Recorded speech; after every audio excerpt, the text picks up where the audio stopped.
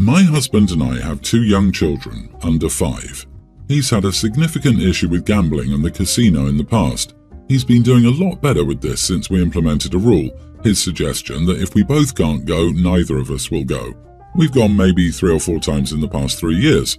Last night he was supposed to be going to the gas station and then the store so I could make his lunch for work the next day.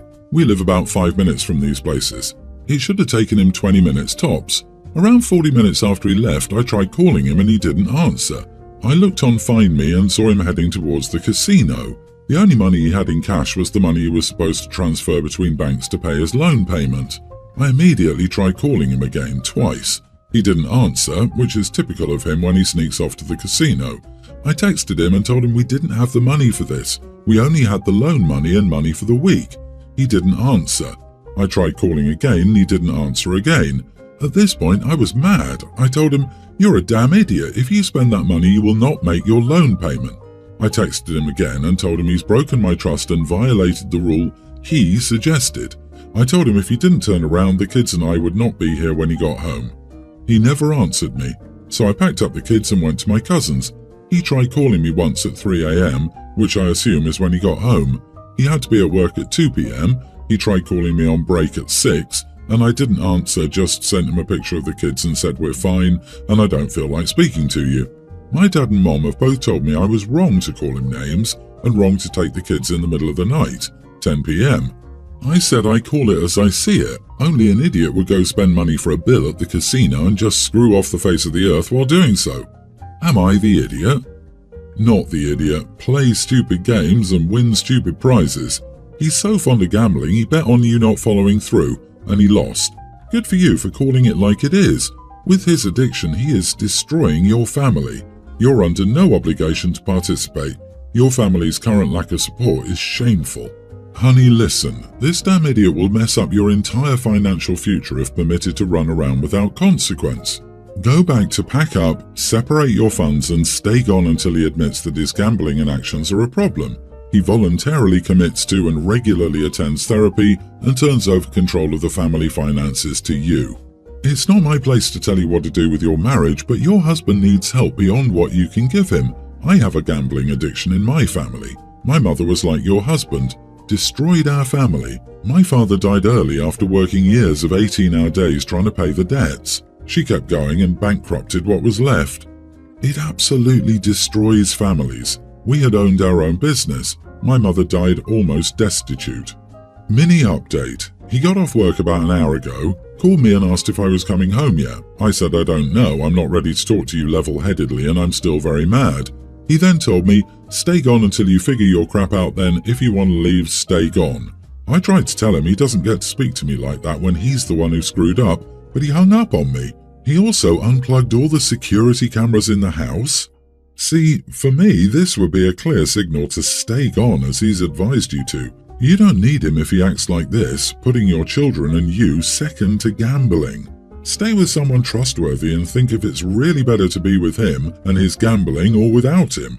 Unless he seriously tries to quit and goes to a support group, then I wouldn't bother. Right? The audacity to break the rules you set up for yourself and then tell your partner to stay gone like they're the one screwing up.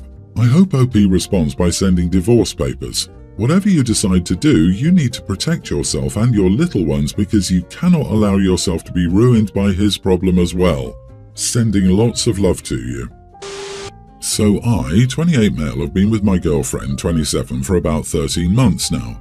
We just moved into an apartment together. We live on the West Coast US and my parents are on the East Coast. They're coming to stay with us for the weekend in about 3 weeks here. We're getting the place settled and tidy and prepping for them to come. This will be their first meeting. My girlfriend does this thing every night where when she serves dinner, she tells some little pun or knock-knock joke and then says, "Dinner and a joke," and then we eat. She does it for every meal she makes, even the meals I make. She'll say, "Okay, do your dinner and a joke." It's something her late dad did and she really enjoys it. To be quite frank, I'm a little tired of it, but I know it makes her happy and it's important to her, so I smile and play along, and I never say anything about it getting old. I asked her if we could pause dinner and a joke when my parents visit. My mom isn't particularly humorous, PhD chemist and medical doctor, and my dad also takes himself extremely seriously, surgeon. Very, very, very serious people. Not that all medical doctors are overly serious, but my parents are. They're very critical people in general. I don't think they're going to enjoy it. I think it will annoy them. I asked her to stop just for the weekend and we could go back to it. She got extremely upset and said that I was being a total idiot and stayed with her mom for an entire 2 days about the whole thing. Am I the idiot here? You are the idiot. If your parents are so uptight that a mild joke before dinner is going to annoy them, then the problem is your miserable, unpleasant parents, not your girlfriend. You've already identified that they'll never accept your partner no matter how hard you try. The question is, are you going to accept your partner or be a good little boy and do as mommy and daddy dictate? Yes, that's meant to be as condescending and emasculating as it sounds because, at the end of the day, that's the core question. Good luck finding your answer.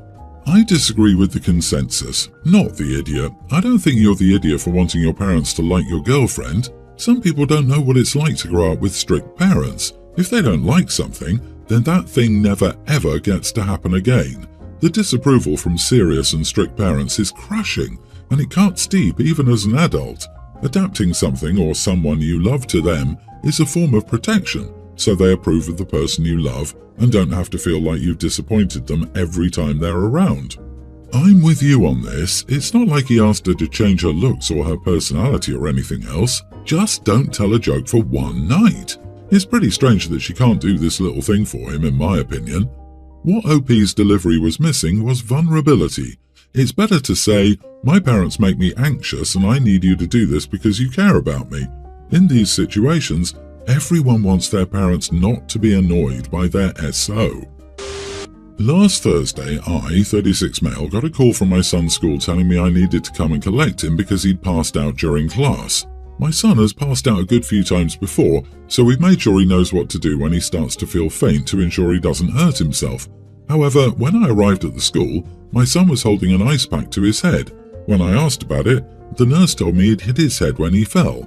I wondered why he hadn't lain down as we taught him to. I brushed it off and decided to ask him about it later, as he was still kind of out of it. The next day I asked him about it, and what he told me made my blood boil. Apparently, when my son first started to feel like he was going to pass out, he tried to tell his teacher. When he stood up to talk to her, he was immediately yelled at to sit back down. The next time he tried to tell her, she told him that he didn't look sick, so he wasn't allowed to go to the nurse's office. Then, his class was doing an activity that required standing for practically the rest of the lesson. Before the activity started, my son, yet again, told this teacher that he felt like he was going to pass out and asked if he could sit the activity out. The teacher responded by yelling at him, claiming he was just being lazy and was making excuses. My son's friend was getting worried about him, so he told the teacher, who then started yelling at his friend, accusing them both of trying to get out of the lesson. Not even a minute later, my son passed out. According to his friend and a couple other classmates, she acted shocked, as if she hadn't ignored him trying to tell her how he felt for the last 5 minutes. I'm extremely worried about the impact this will have on my son, as when the fainting first started, he didn't tell any of his teachers, as he was scared that they would yell at him. This resulted in quite a few injuries from falling. It's taken a while for him to start telling them when he's feeling faint, and I'm afraid this incident will cause him to stop asking and he'll hurt himself. I wanted to go to school that day, but my son had stayed off and my wife wasn't home from work yet. The following Monday, I arranged an appointment with the principal.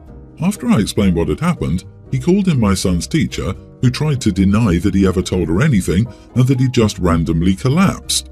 This is where I may be the idiot. By this point, I was angry. I began screaming at her about how my son could have gotten hurt. I was so angry that I hadn't even noticed that she'd started to cry. By that point, I was asked to leave by the principal. My wife and some of my friends think I'm in the right, but my parents and the other half of my friends think I went too far. I don't know about this one. What do you guys think? Am I the idiot? Not the idiot. The teacher repeatedly yelled at your son, scolded him, caused him to injure himself physically and quite possibly scared him away from communicating his needs in the future. She's a bully. When confronted, she started lying to cover up her behavior and eventually crying. Boo-hoo. That's what bullies do. Bully, lie, then cry when not let off the hook. Your losing your cool is completely understandable. Your parents don't need to have an opinion about it and your wife is in your corner. Consult a lawyer. I bet the principal won't ask a lawyer to leave. She likes yelling at kids but can't handle being yelled at, seems hypocritical. Sometimes manipulative people cry to get out of situations when they're at fault. It would have been different if she hadn't lied about the situation and apologized, but good for you for standing up for your child. Teachers have been using "you don't look sick" line for years. Drove me crazy as a kid, and it drives me crazy now as a 33-year-old. What is sick supposed to look like? I think she needed that dose of reality for her negligence and dishonesty. She literally endangered your child's life because he didn't look sick. I don't remember those school floors being very soft. If he hits his head the right way, it can cause lifelong complications. With that in mind, having your son looked over might not hurt, even if he says he feels fine. He was just taught not to talk about feeling unwell, so he might try to hide it if he's not feeling 100%.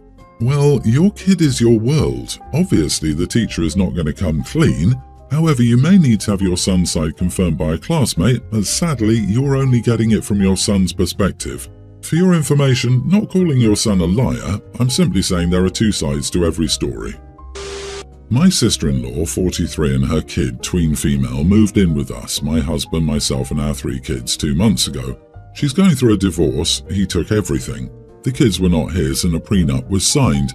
We told her to just worry about her own food, as I didn't like the idea of eating together due to their history with food. I don't know how to put it nicely, so I guess I'll go blunt. She and her kid never stop eating. They both have severe health issues, as both of them combined are over 600 pounds and live a very fat positive life. Now, it's none of my business, but when it comes to the kid, it's screwed up. I don't care what anyone says. When a tween is pushing 220 pounds and has a doctor breathing down your neck, it's time for a change versus pushing body positivity. The kid is a great girl, but just by herself she could easily eat enough to feed 4 grown men who haven't eaten all day. So that was my stipulation. They buy their own food and cook everything separately. I even cleaned out our entire pantry to give them their own food space.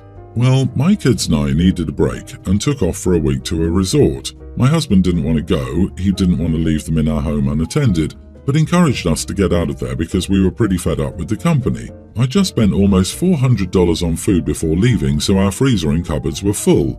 This would feed us, me, my husband and kids, for easily 2 weeks. Well, I got home last night and all of the food is gone. Every single bit of it. I know for a fact it wasn't my husband. He works 14 to 16-hour days and usually buys takeout on his way home when I'm not there, so he can just go to sleep when he gets back.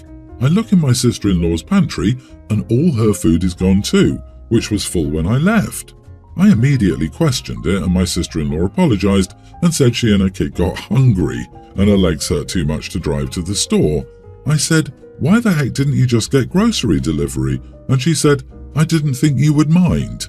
So I snapped and said, "Obviously I mind. You and your kid just ate well over $800 worth of food in a damn week. $400 of it being mine, which you will reimburse me for. Maybe stop eating so damn much." And I walked off. Now she's angry with me and crying wolf to anyone who will listen for me fat-shaming her and her kid. Not the idiot. Your sister-in-law is abusing her child. Yes, she has a problem, but she's also responsible for herself and her child, so she needs to start doing something and stop eating so damn much. That would be a good option. Being morbidly obese is no joke, and you wouldn't react well if someone took $400 out of your purse, which is kind of what has happened here. Eat less is good advice. It's not your fault if she can't handle it. I agree wholeheartedly. It's dangerous for a child to be that size. The sister-in-law and her child should get counselling to see why they overeat. It could be a plethora of reasons why. I'd be upset too. She stole $400 from you, plain and simple. And yeah, $400 would be a monthly budget per person, not weekly. Groceries are so expensive. But how did your husband, her brother, not notice they cleaned out your cabinets, fridge and freezer for an entire week? He didn't see the containers in the trash when he threw out his takeout containers. He never went into the fridge to get a beverage once during the week. I'm sure he did, and he just waited for his wife to get back so she could deal with it. If her legs hurt so bad from eating so much that she can't get more food, there's her sign. She needed to hear that. She's a grown woman. She should have at least been able to replace it or apologize and offer to reimburse you when you got back. That's not fat shaming. That's calling her out for stealing. My son, nearly adult, is a head coach at a large martial arts gym. He's been in martial arts since he was 5, is a black belt in 2 disciplines, and has won numerous competitions if you're wondering how he's a head coach at his age. The gym is large and has always been primarily male, usually 1 to 3 female students, but currently it's all male. However, an all-female boxing gym closed near my son's gym, and they've started to get a flow of women and girls looking to join. They've been turned away. Once I heard about all these women and girls being turned away, I asked my son why the instructor, the owner, was doing that. My son said it was himself turning away women and girls because many of the male students were concerned about awkward or inappropriate physical behaviors and incidents. Yet that day, my son helped welcome 4 gay and queer young men. I called the gym owner and he said he was unaware of what my son was doing, but he trusted my son's judgment because he was at the gym more than he was. He then said they wouldn't lose money by being a male-only martial arts gym. I told my son he was being misogynistic. He disagreed and said I just don't understand. I made him quit yesterday. I've since gotten the silent treatment from my son and 8 phone calls from the owner and other gym staff. Am I the idiot? Not the idiot. That mentality has made women second-class citizens since the dawn of time. It's not a 15th century ship. He has the full support of the boss because he is equally misogynistic. Your son needs to learn from you. Don't tell me mixed clubs are riddled with inappropriate body drama. Come on, sure, teenagers will always be teenagers, but most people go there to work out, not spray their hormones all around. People. No matter their shape, size, or gender. People. Unfortunately, people like your son continue to exist. Try to shape him into a better human being. I can see you have your head on straight. Everyone's the idiot here. There are 2 separate problems here. Is your son an idiot for being misogynistic? Yes. Did you just force someone to quit an adult job they've obviously spent a lot of their young life training towards? Yes. There's a reason we normally don't allow kids adult jobs, because adults have their own beliefs and opinions, and they can be terrible opinions. That's one of the privileges of being an adult. An adult is allowed to do things as they see fit. So obviously, you're punishing your kid for his beliefs. But what exactly do you think he's going to learn in a year? You've already had many years and haven't taught him values you approve of. Next year he'll go back to his job and go back to teaching in the same way. The whole thing seems like a petty power play on your part. I don't like what you're doing, so you can't do that for a year. Great parenting.